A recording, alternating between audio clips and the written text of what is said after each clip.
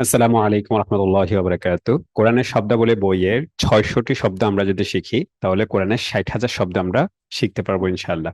কিন্তু শব্দগুলো আমরা যদি শুধুমাত্র শব্দ আর শব্দের অর্থ শিখি তাহলে সেই শব্দটা আমরা কখনোই মনে রাখতে পারবো না। আমরা যদি প্রত্যেকটা শব্দের অধীনে একটা করে আয়াত শিখি তাহলে সেই শব্দগুলো আমরা খুব দ্রুত ইনশাআল্লাহ মনে রাখতে পারবো। তাহলে চলুন আমরা আজকে কোরআনের শব্দাবলী বইয়ের অক্রিয়াপদ ১৮০ থেকে ২০০ পর্যন্ত যে শব্দগুলো আছে সেগুলোর প্রত্যেকটার অধীনে একটা করে আয়াত দেখে আসি। তাহলে ইনশাল্লাহ কোরআনের শব্দাবলী বইয়ের সকল শব্দ আমরা খুব দ্রুত শিখে ফেলতে পারবো ইনশাল্লাহ। প্রথম শব্দ হচ্ছে জাবালুন।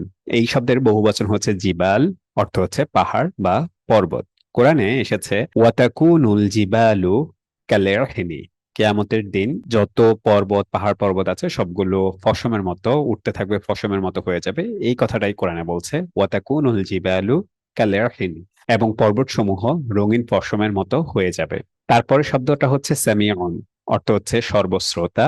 কোরআনে এসেছে ওয়াল্লাহু সামিউন আলিম। আল্লাহ হচ্ছেন সবকিছু সর্বশ্রোতা এবং সবকিছু জানেন। তারপরে শব্দটা হচ্ছে দলাল অথবা দলালা।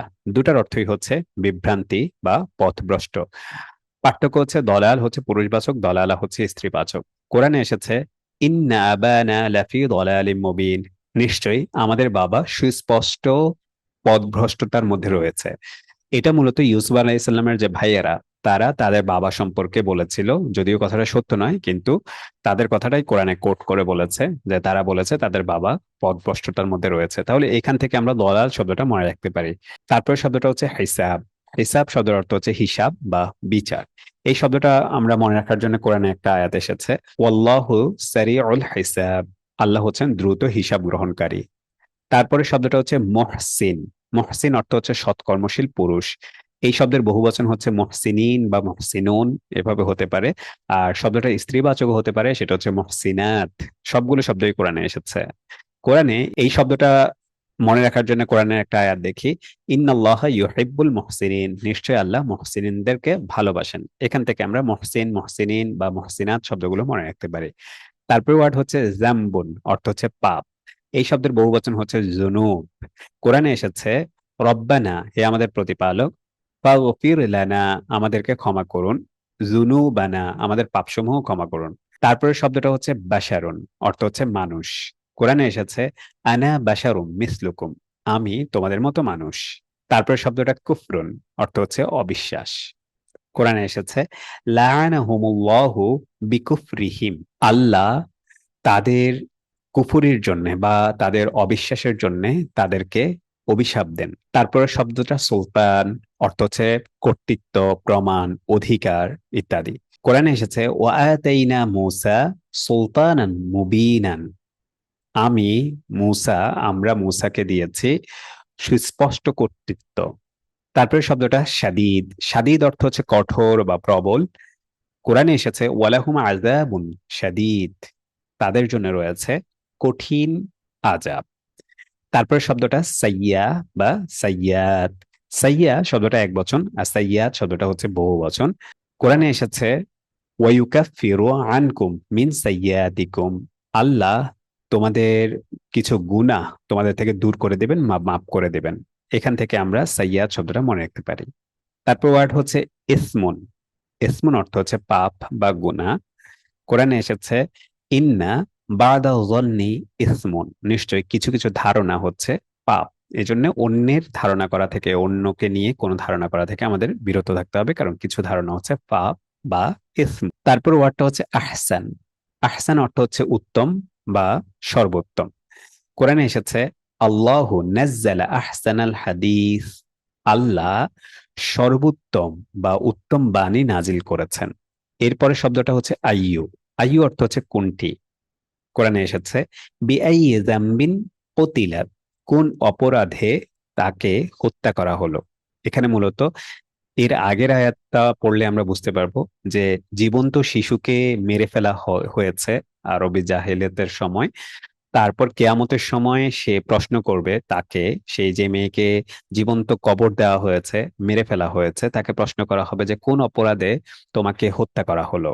তারপরে শব্দটা মাতাউন, অর্থ হচ্ছে ভোগ সামগ্রী বা সুখ। কোরআনে এসেছে মাতাউদ দুনিয়া কলিল। দুনিয়ার সুখ বা দুনিয়ার ভোগ সামগ্রী খুবই অল্প। এরপরে শব্দটা উম্মুন। উম্মুন অর্থ মা বা মূল। কোরআনে এসেছে উম্মুহু সিদ্দিকা, আর তার মা একজন সৎপরায়ণ নারী। এখানে মূলত ঈসা আলাইহিস সালামের মা মারিয়ামের কথা বলা হয়েছে। এর পরের শব্দটা হচ্ছে আলা, অর্থ হচ্ছে অনুগ্রহ সমূহ। কোরআনে এসেছে ফাবিআইয়ি আলাই রাব্বিকুমা তুকাজ্জিবান, অতঃপর তোমাদের দুজনের প্রভুর কোন নিয়ামত তোমরা দুজন অস্বীকার করবে। এই আয়াতটা মোটামুটি আমরা সবাই জানি, কারণ এটা কোরআনে অনেকবার সূরা আর রহমানের মধ্যে অনেকবার এসেছে, সেজন্য এই আয়াতটা আমরা সবাই জানি। এখান থেকে আমরা আলা অর্থ হচ্ছে অনুগ্রহ সমূহ এটা মনে রাখতে পারি। তারপরে শব্দটা হচ্ছে ফিতনা। ফিতনা অর্থ হচ্ছে পরীক্ষা বা বিপর্যয়। কোরআনে এসেছে ওয়াল ফিতনাতু আকবারু মিনাল কতলি। ফিতনা বা বিপর্যয়, পৃথিবীর মধ্যে বিশৃঙ্খলা করাটা হত্যা করার চেয়েও বেশি বড় সমস্যা বা গুরুতর অপরাধ। তারপরে শব্দটা হচ্ছে মারুফ বা মারুফা। একটা হচ্ছে পুরুষবাচক, একটা হচ্ছে স্ত্রীবাচক। দুটার অর্থই হচ্ছে সৎ কাজ বা ন্যায়। কোরআনে এসেছে ইয়ামুরুনা বিল মারুফ, তারা সৎ কাজের আদেশ দেয়। এখানে মূলত মুমিনদের একটা পরিচয় দেওয়া হয়েছে, যে মুমিনদের একটা কাজ হচ্ছে তারা সৎ কাজের আদেশ দেয় মানুষকে। তারপরে শব্দটা হচ্ছে মাইয়িত বা আমওয়াত অথবা মাউতা। মাইয়িত শব্দের বহু বচন হচ্ছে আমওয়াত, আর মাউতা সবগুলোর অর্থই হচ্ছে মৃত বা নির্জীব। এই শব্দটা কোরআনে অন্যান্য আরো কয়েকটা শব্দে ব্যবহার হয়েছে, যেমন মাইতা বা মাইতান। সবগুলোর অর্থই হচ্ছে মৃত বা নির্জীব।